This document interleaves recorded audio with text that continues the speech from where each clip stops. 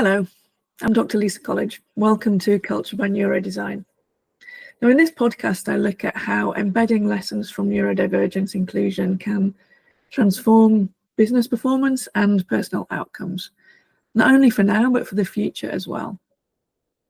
The neurodivergence, autism, ADHD, dyslexia, and more, neurodivergence is the extreme of the broad spectrum of natural cognitive variance that we all share.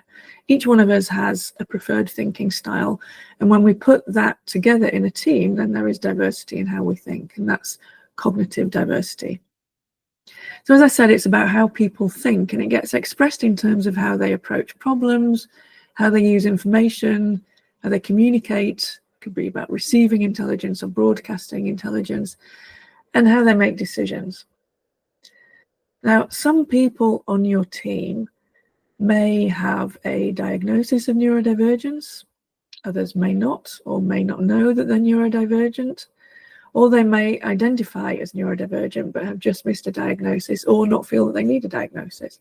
But their way of thinking could still challenge the group's defaults if the group, and especially if the leader, isn't aware of this natural diversity and doesn't enable it. And that's where a massive opportunity lies for your team.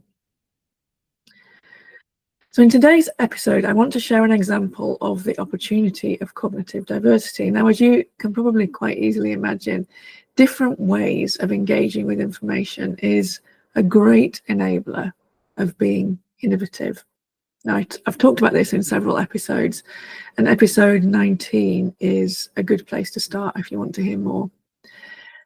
But if we go beyond just noticing the cognitive diversity in our teams and we actually enable it, that means we're not just innovative, we're also resilient. We don't just survive disruption, we anticipate it and we thrive in the face of it. We can turn volatility into our competitive advantage. And I focused on resilience in episode 21. But back to today. I'm going to talk about a turnaround that holds lessons for every leader. The example I'll focus on is IBM.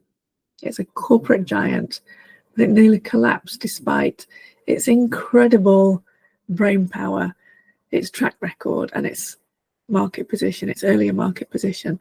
I want to focus on how its turnaround under Louis Gerstner Junior hinged not on technology, not on firing and rehiring a load of employees, but on betting on the talent that was already in IBM and changing its culture. So to really pull this into focus, I'll also talk about lessons from a company that we discussed back in episode 12. That was Polaroid. Now, the time that I'm talking about is similar for both companies. It was the early 1990s, and that was when the tech landscape was really shifting very dramatically. It was very disruptive, and both companies were brilliant at that point. Both had the potential to be innovative, as they proved by their previous performance, but only IBM is still here. So, as I said, I'll draw on Polaroid as well to make the contrast with IBM and to reinforce the key takeaways from the IBM case study. Now, here is the core idea that I'm going to be discussing. Both companies had a clearly defined culture that they placed high value in. They both had smart people working in them. But IBM's culture became an enabler for those smart people, while Polaroid's culture became a trap. So let's start with the fall.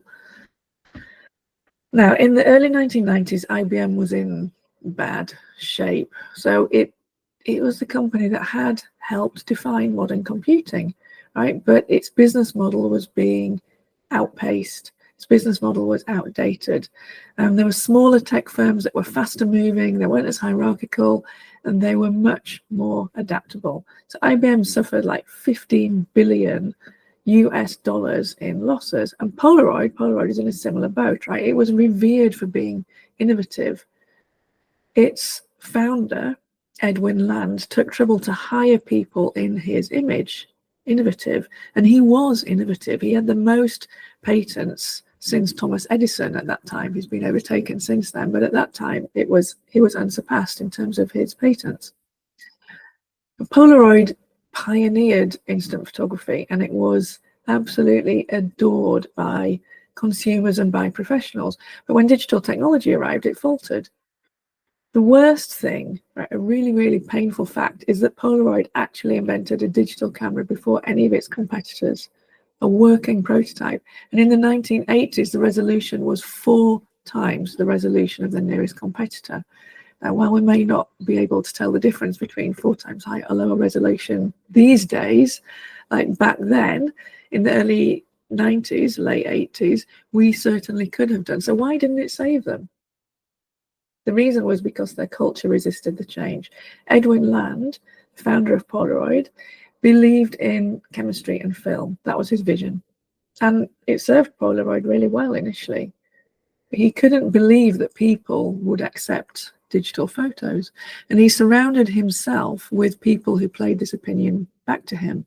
He cut himself off from dissenters.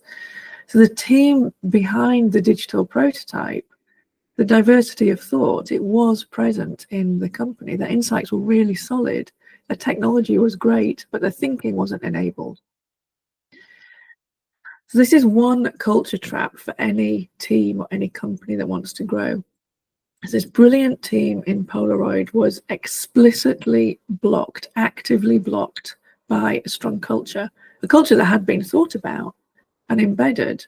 It had been invested in, and it had shaped the early success of Polaroid before anything changed, before disruption happened. But it blocked this brilliant team with a digital camera. So at IBM, the same patterns were forming, and it could have gone the same way. There was no shortage of cognitive diversity, no shortage of brilliant engineers, product designers, system thinkers, business strategists, but they operated in silos. The performance of individual units determined how successful someone was in their career in IBM, even if that success, that personal success, came at the expense of the whole. So in his book, Gerstner describes a lot of internal turf wars and conflict. Nothing wrong with conflict if it is productive, but the conflict in IBM was personal, not productive. So people would block each other's ideas purely in the scramble to move up in the hierarchy, and not because there was no merit in them. So this is another culture trap for any growing company, and that's when culture starts to reward the individual over the collective, starts to reward status over outcomes, and control over connection between people. So Louis Gerstner, when he came into IBM, didn't bring a background in technology. He wasn't a technology CEO. He'd been at American Express and Nabisco. He knew brands, execution, and operations, but he didn't bring in a deep understanding of systems architecture.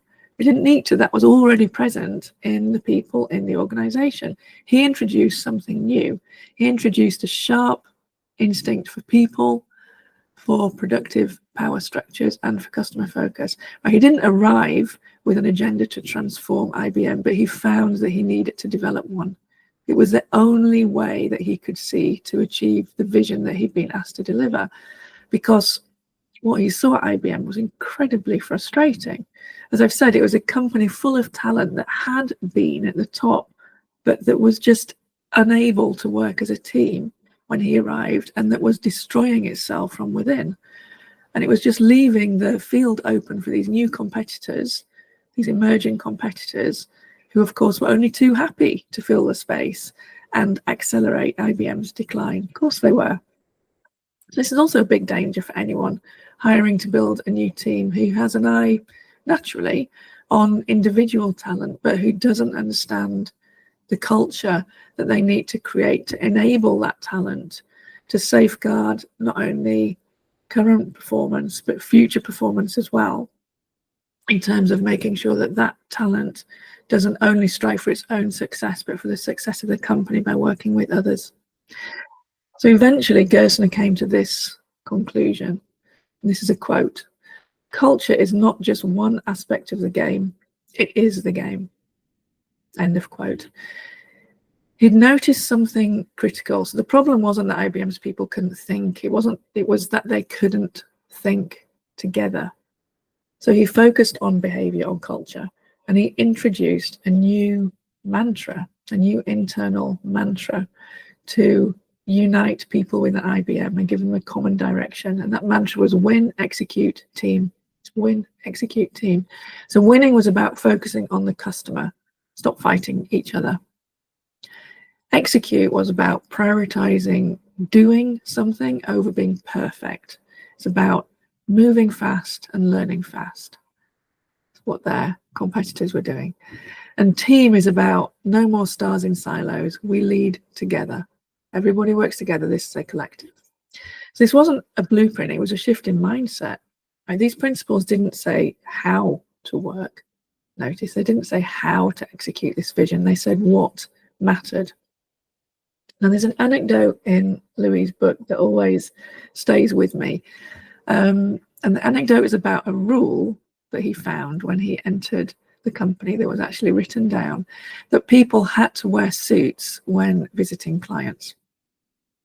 So it was an old rule and it had never been changed. And although it was suitable when it was made and well motivated, now, or when Gerstner joined, it only showed how out of touch IBM employees were with their customers and with modern times. So the rule focused on how a goal should be achieved, and the how changes over time. So if instead the rule had said, had focused on the desired outcome and had said something like dress appropriately and in a way that shows respect towards your customers, and there wouldn't have been any problem. So with that as an example, you can see that the shift in mindset to win, execute, team, that was really revolutionary in IBM. Now I want to introduce cognitive diversity again. Now, Gerstner didn't talk about neurodivergence or cognitive diversity specifically, as far as I'm aware. But if you read his book, it's clear that this is exactly what he's talking about, because what he did was build the conditions where different types of thinking were valued, different types of thinking were used, and they were absolutely required to deliver the vision that he had for IBM. So he took a company that rewarded solo brilliance and he turned it into one that required collaboration. That's the secret behind the turnaround of IBM. Not loads of individual stars fighting for acclaim and promotion, but a team of people contributing things in a culture that rewarded them for working together. So that meant, for example, encouraging systems thinkers who may think abstractly to work directly with people who implement, who are very outcome oriented. It meant ensuring that intuition-driven relationship builders, their inputs were valued alongside the more concrete values maybe that were apparent from analysts who were led by data. And it meant making it safe for people at all levels, not only the senior level, not only confident people, not only loud people, making it safe for all people at all levels with all styles to challenge assumptions, to have healthy conflict, right, instead of conflict to be the top at all costs. So these partnerships that I've just talked about, these ways of working between very different styles, they're not natural partnerships. They need to be enabled by training and by being explicit about the expectation that people with different cognitive styles, with different experiences, with different skills will work together, because what we want is a strong collective rather than strong individuals. But when you get it right, these kind of productive partnerships, they drive success even in the face of disruption. So Gerstner, he replaced all of the hierarchy with that principle. He replaced individual performance with shared accountability and rigid rules with responsiveness to what the customer wanted. Let's go back to Polaroid. At Polaroid, none of that happened. The digital team in Polaroid was brilliant, but it was isolated. Their insights were sidelined. Their success would have threatened the status of existing departments and the ego of Edgar Land. So the culture refused to absorb the new customer interest in digital photography and reshape itself. It actively decided, we do not want this 4 times the resolution of the nearest competitor digital camera. No, we do not want it. But at IBM, remember, Gerstner, he built the bridge between individual brilliance and collective intelligence, and that's what makes cognitive diversity work. That's what turned around. That's what creates resilience, not only now, but for tomorrow as well. So cognitive diversity enabled by cognitive inclusion is the recipe to succeed when things change, when disruption strikes. That's the capability of resilience that we all want for our teams these days, because the only thing that we're sure of pretty much is rapid and often unexpected change. So when Gerstner did that, IBM's market capitalization grew from 29 billion US dollars to 168 billion US dollars. But okay, perhaps more important than the numbers is that the culture stuck. Right, so the teams at IBM got faster, they got more resilient, they got more aligned. People worked across departments. Okay, I'm sure it's not a perfect world. It's not entirely without politics or entirely without paralysis, because it does take time to create a new culture, and because people are people, and not machines that you can program. But certainly there were less politics and less paralysis, and the emphasis shifted to a culture that could be resilient, could thrive in the face of disruption and change, instead of one that just stayed still and was paralyzed and fought itself. So here's what this means for you as a founder or as a leader of a team. First of all, culture isn't a vibe. It's not an afterthought, or not if you want to stay successful anyway. It is your infrastructure. Culture is your infrastructure. Culture is your capability of resilience. Second, diverse thinking is essential to thrive, but it's only an asset if your culture enables it. And third, a high pressure environment without alignment will make your talent fight amongst itself. Now, the easiest time for you to build this capability of resilience, cognitive diversity, enabled by a cognitively inclusive culture, that's as a foundation in your team or organization, right at the start, so you can go further more quickly. So if you're a scale-up founder just looking to start recruiting and growing, this is a perfect time to think about your culture and to shape it in the way that will let you keep on succeeding. Now, if you're forming a new venture or you're building a new team in an established company, it's also a great opportunity to set up your culture to lock in this capability of innovation, of resilience. So it's a bit more difficult than starting from scratch as a founder, because the culture surrounding you won't be fully aligned. You'll be an island, but you can do it, and most likely others will copy you once they observe the transformation that occurs in your new team. And if you're established and looking at your organization, which might be struggling with engagement or with talent retention or with innovation, you can still turn it around. It'll be a multi-year effort, but the pathway is known. There are best practices. Louis Gerstner did it. I've done it, and I can show you how to do it as well. I can partner with you as your partial chief people and culture officer, and I can show you how to do it.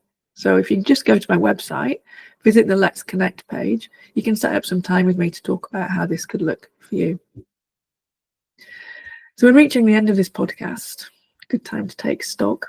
Now, we've focused on IBM as a fantastic case study of turning around a company that was being outcompeted by disruption, that was facing the end, and that avoided it by focusing on shaping its culture into a capability to make it resilient.